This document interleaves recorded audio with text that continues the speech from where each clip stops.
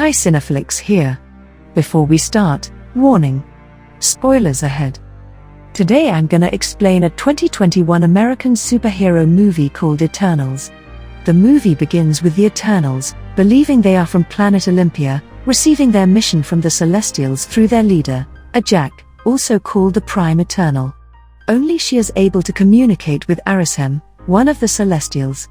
They suit up and get ready to receive their mission to Earth by boarding the Domo, their spacecraft. They believe their mission is to eliminate deviants, beings consuming intelligent life on every planet. They arrive in 5000 BC Mesopotamia, evacuating local people from deviant attacks and befriending them. Circe, an eternal being able to manipulate matter, is most attached to humans and is often followed around by Icarus, one of the strongest Eternals, who has feelings for her. Icarus counts as their best fighter, able to fly and shoot cosmic energy beams from his eyes. The team also has Thena, a skillful warrior, Gilgamesh, a powerful but caring being, Kingo, who can project energy blasts from his hand, Druig, a mind manipulator and telepath, Phastos, a genius mind, Macquarie, a speedster, and Sprite, an illusionist. After the fight, Circe enhances a blade and gives it to a human child. In the present day, the same blade is displayed on a giant screen in London's busy intersection as Circe hurries down to the Natural History Museum to give lessons to high school students. Dane Whitman, her current love interest, welcomes her to class. When giving the lecture, a big earthquake happens. At night, after hanging out in a pub, Circe, Sprite, and Dane are heading home when they are suddenly attacked by a deviant. They notice that the deviant knows where they are and are only attacking them, not humans. It can also heal itself like a jack. Out of nowhere, Icarus appears and forces the deviant to retreat. Dane demands an explanation of Circe's true identity and mission, and she explains how they thought they eradicated all deviants 5 centuries ago and they will not interfere with all man-made conflicts. They still stay on Earth long after the deviants were eradicated to wait for their instruction to go home. Dane also asks about Icarus, Circe's past lover for 5,000 years before he left. Icarus suggests that they need to find the others, so they head to a Jack. Turns out a Jack is already dead, presumably by a deviant attack.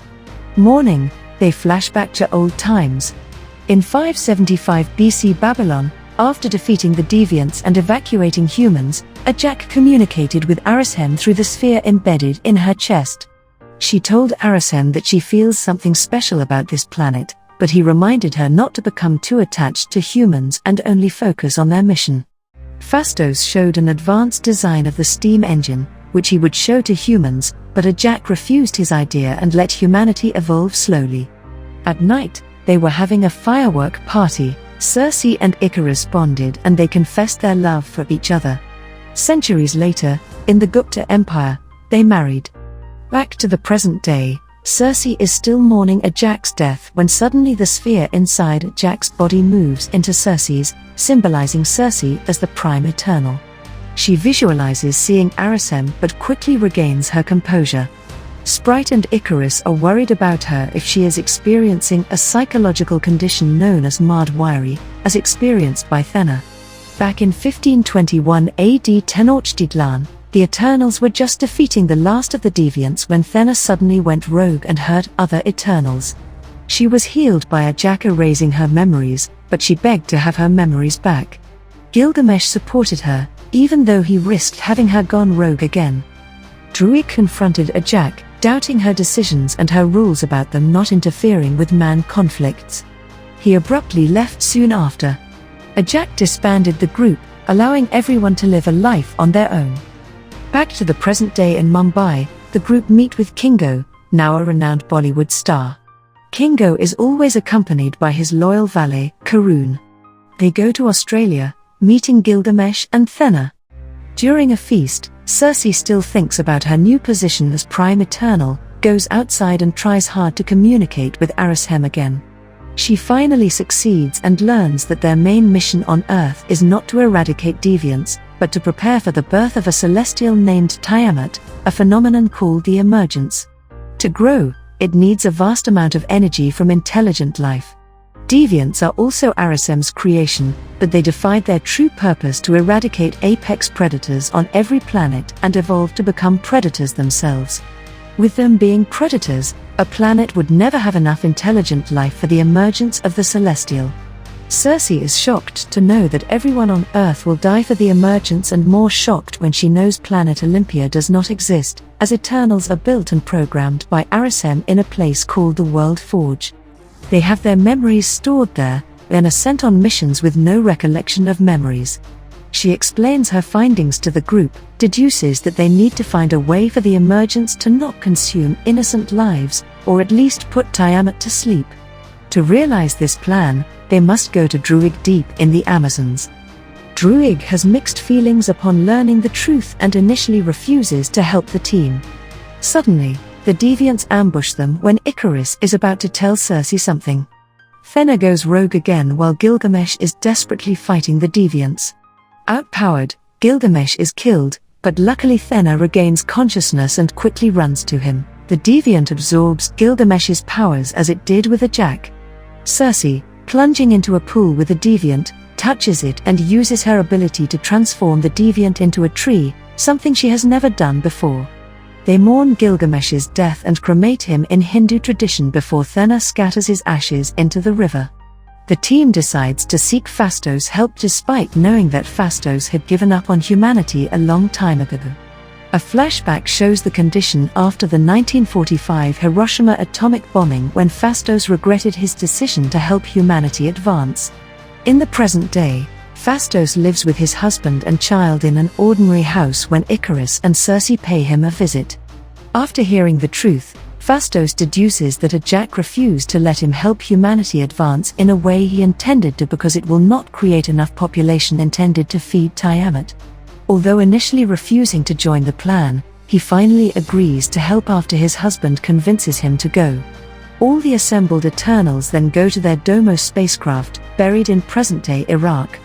They find Macquarie already inside, and they begin to discuss strategies to execute their plan. Phastos explains that Celestials are energy generators and imbued Eternals, their creations, with an infinite amount of cosmic energy. From the information that Deviants are now able to absorb Eternals' energy, he theorizes that he can construct a device for Eternals to absorb their own energies as well. The unification of the Eternals will create a uni-mind, providing enough energy for Druig to mind-control Tiamat to sleep. Macquarie asks what will be done next, to which Cersei replies they can find humans a new home on another planet. Sprite argues that space colonization could take decades. Cersei replies again that the process could be accelerated with Eternals' help. However, Kingo is also doubtful of the plan and asks Icarus for his opinion. Kingo and Sprite think that Icarus is their strongest member, so he should be their leader, to which Icarus politely states that Ajak already chose Cersei, then he storms away from the room. Kingo follows him, saying he would have followed him as he always did, but Icarus is unsure of himself. Outside, he remembers events of 6 days ago, when he visited Ajak in her cabin. Turns out Ajak already told him about the emergence, that they only had 7 days left and needed to assemble the others. However, Ajak was unsure that the people of this planet deserved to die for a Celestial's birth, to which Icarus disagrees. He was really shocked to know that Ajak would plan to stop the emergence. Ajak explained that she saw the people of Earth live their life and changed her perception of Arisem's plan, including when they succeeded in bringing back half of the population erased by Thanos 5 years ago. Icarus took Ajak to Alaska, where they discovered newly awakened deviants. He told her that he never doubted his purpose even though he kept Ajak's secrets from the others for centuries. He pushed her from the cliff and watched as she was killed by the deviants, then took her body back to her cabin. Back to the present day, Cersei finds Icarus and approaches him. They embrace each other again and walk back to the Domo when Cersei is surprised by a pulse of energy from her sphere. She realizes that the emergence has begun. Phastos has still not figured a way to construct the uni-mind, then asks Macquarie to find the point of emergence. To Cersei's surprise, Icarus suits up, then he explains that he would not let anyone disturb the emergence, even if it means he must kill his fellow Eternals. He attacks Phastos' work, Then Cersei explains to the group that Icarus knew about the emergence all along. However, she is curious why Jack did not choose Icarus to replace her. Druig, being a mind reader, exclaims that Icarus killed Jack. Icarus tells the rest of the team that they will not succeed against him, then prepares to leave just as Sprite announces she will join him. They leave to the point of emergence. The group is still in shock, then Kingo also leaves as he believes they should not turn against the Celestials and does not want to fight Icarus. Druig tells them that they need to have a backup plan. Phastos learns that Cersei was able to turn a deviant into a tree even though she is still unsure how she did it. She also denies the idea that she can do the same to a Celestial. Thenna approaches her and convinces her of her leadership position and her ability, then Phastos runs to her to ask about the sphere inside of her. He theorizes that he can repurpose that sphere to serve their plan. He succeeds. Then the group suit up and go to the point of emergence, which is an island in the middle of the Indian Ocean. Icarus and Sprite, already on the island, watch the volcanic eruption as they see the domo approaching. They plan to keep the other Eternals busy so they would not disturb the emergence. Icarus attacks the domo, encountering Thenna inside. Druig, Macquarie, and Cersei are preparing to begin the Uni-Mind on the beach. However, just when he can put Tiamat to sleep, Icarus notices it and attacks Druig. Macquarie evacuates Phastos, Thenna, and Cersei then brutally attacks Icarus. Cersei realizes she now has to deal with transforming Tiamat as Druig cannot put him to sleep anymore. She goes to the mountain but is stabbed by Sprite.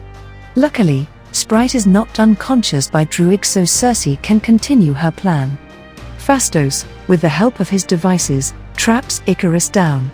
However, the deviant comes to aid Icarus and encounters Thenna, almost killing and absorbing her powers when Thenna snaps back into reality and beheads him.